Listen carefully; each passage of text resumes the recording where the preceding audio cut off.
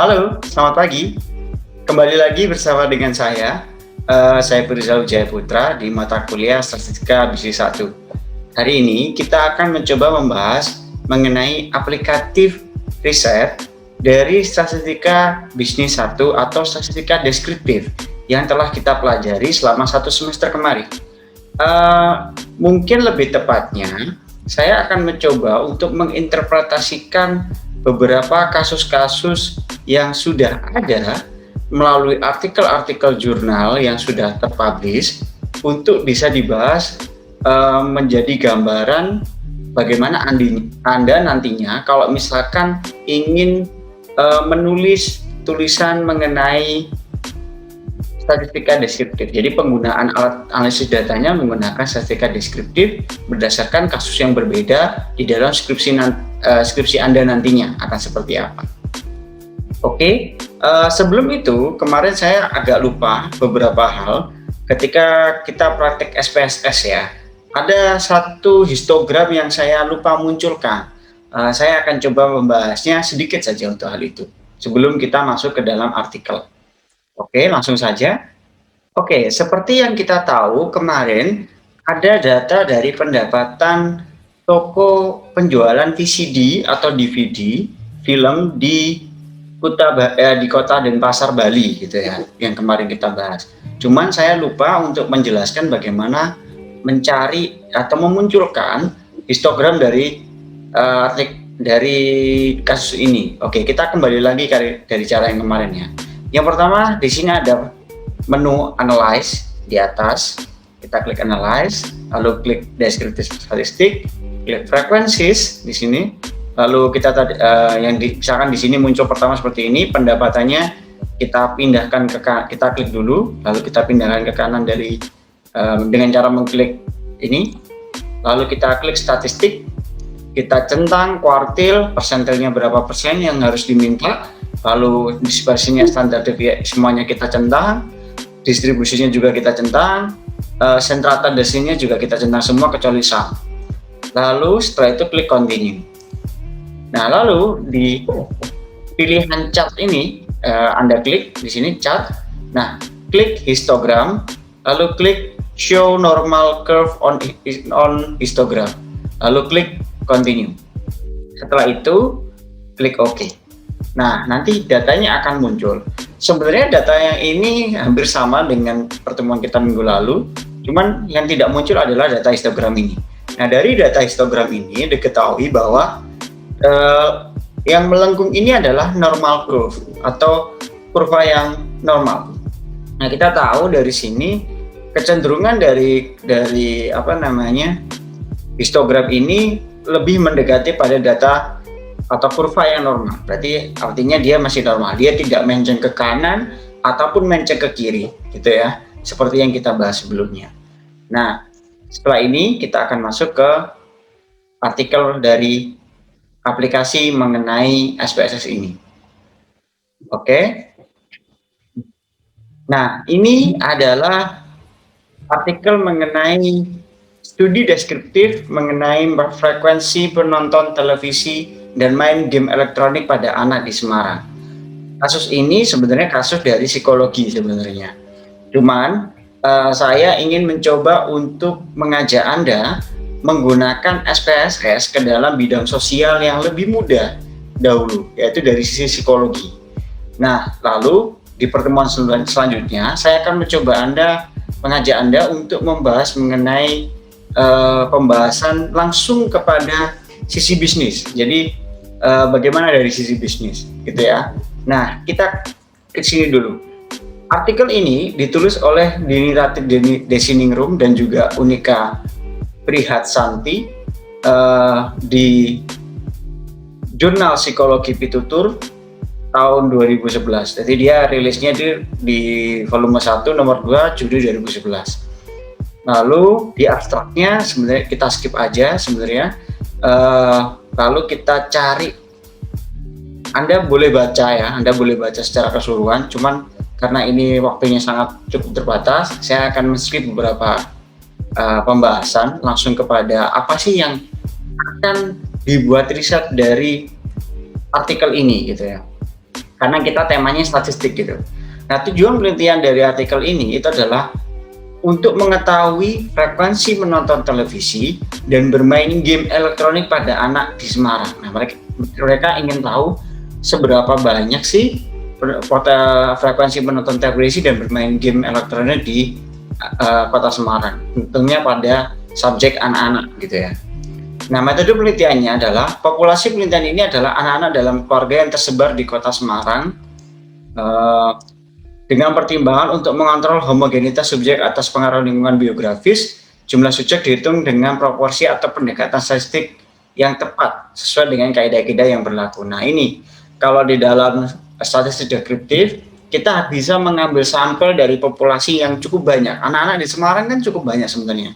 Kita bisa pilih beberapa anak yang bisa mewakili dari riset ini. Besarnya sampel yang digunakan pada metode kuantitatif dalam penelitian ini diperoleh menggunakan rumus Slovin. Nah, ini Anda mungkin akan bertemu dengan rumus Slovin di penelitian di Statistika Bisnis 2, nanti saya akan jelaskan. Lalu pengambilan sampel dilakukan dengan teknik non-probability sampling, yaitu accidental sampling. Sepertinya saya pernah mengajarkan mengenai accidental sampling. Jadi accidental sampling adalah pengambilan sampel di mana peneliti ini secara tidak disengaja atau secara aksiden itu bertemu dengan beberapa orang yang cocok menjadi partisipan atau responden mereka.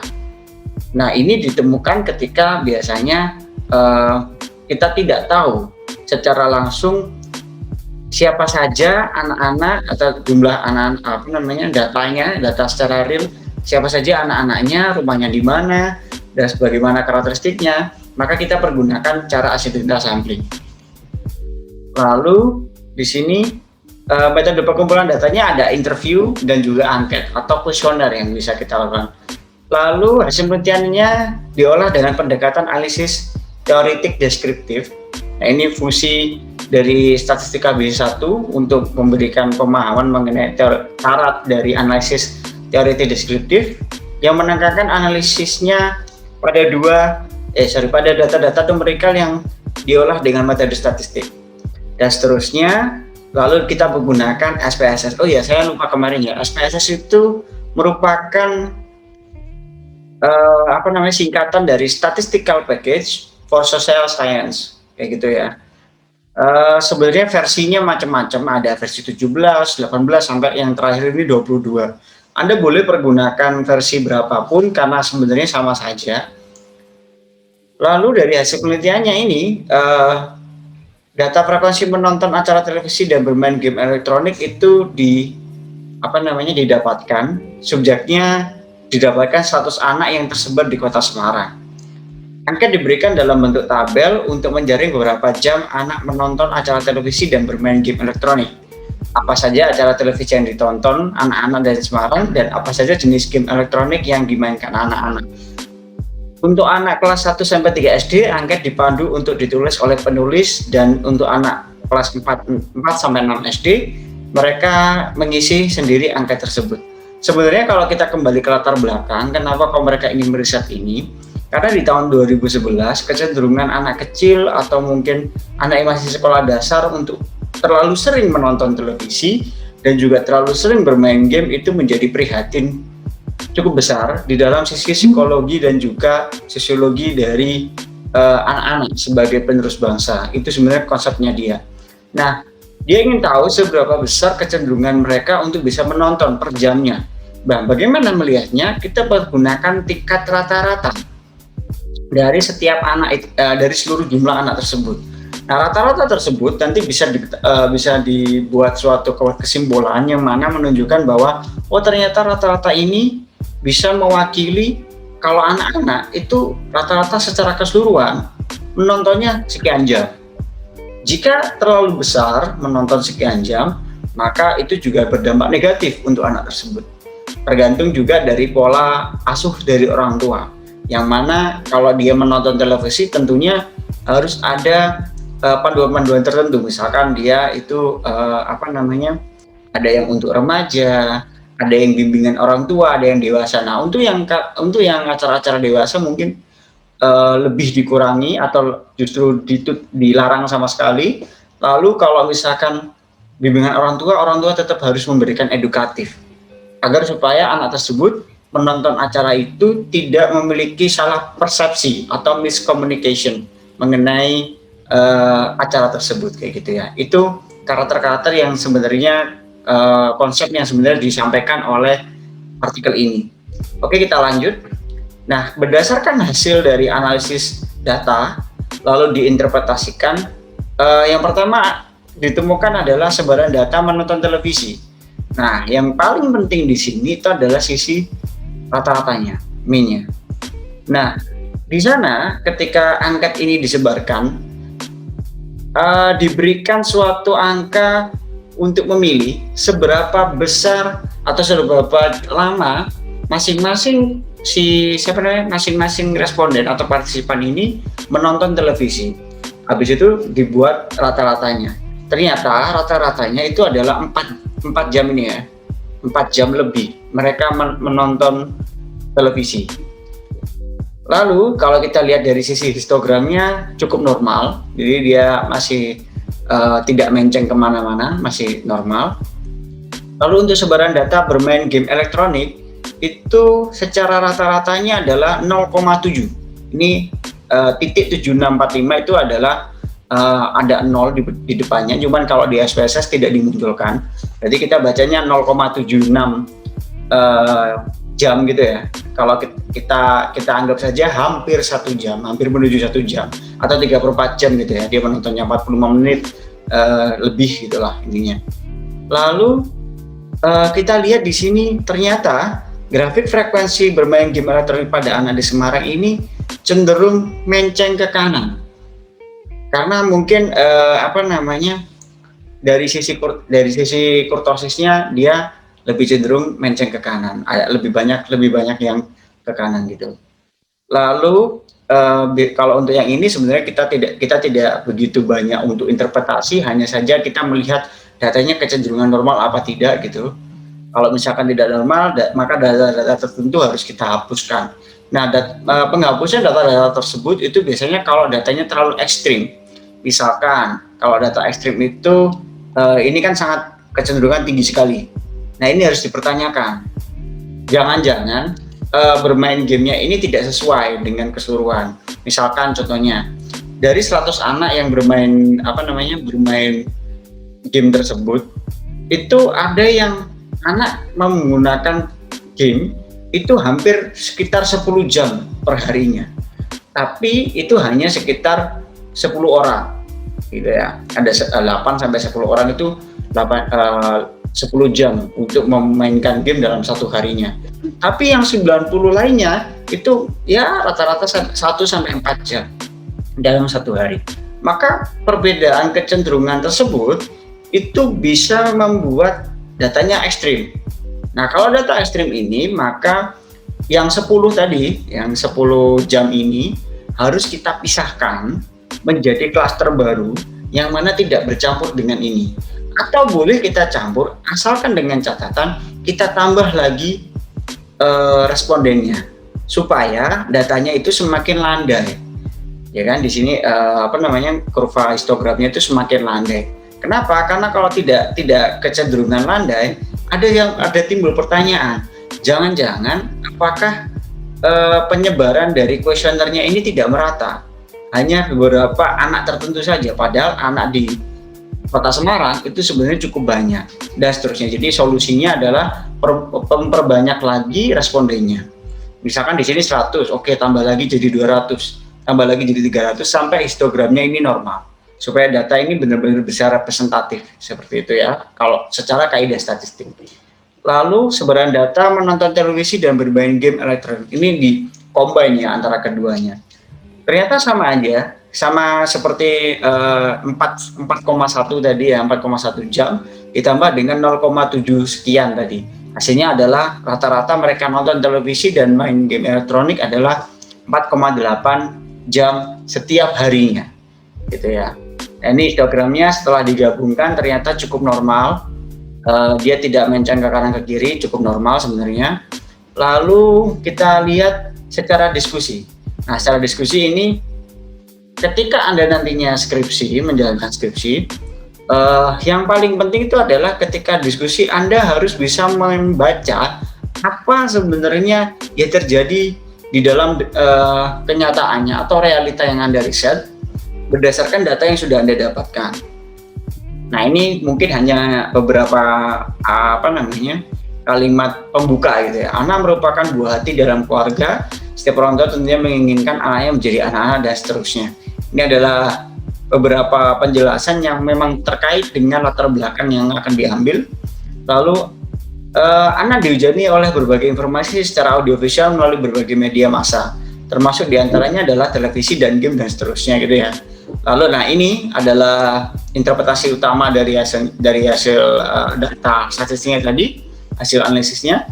Penelitian ini menghasilkan sebuah data mengenai frekuensi menonton televisi dan bermain game elektronik pada anak-anak di Semarang. Melalui data dari 100 orang anak, ditemukan bahwa rata-rata anak di Semarang menonton televisi lebih dari 4 jam setiap harinya. Dan rata-rata bermain game elektronik hampir 1 jam setiap harinya. Nah, ini bisa kesimpulan yang paling utama dari sini, gitu ya. Menonton televisi lebih dari 4 jam dan juga bermain game elektronik hampir 1 jam seharinya.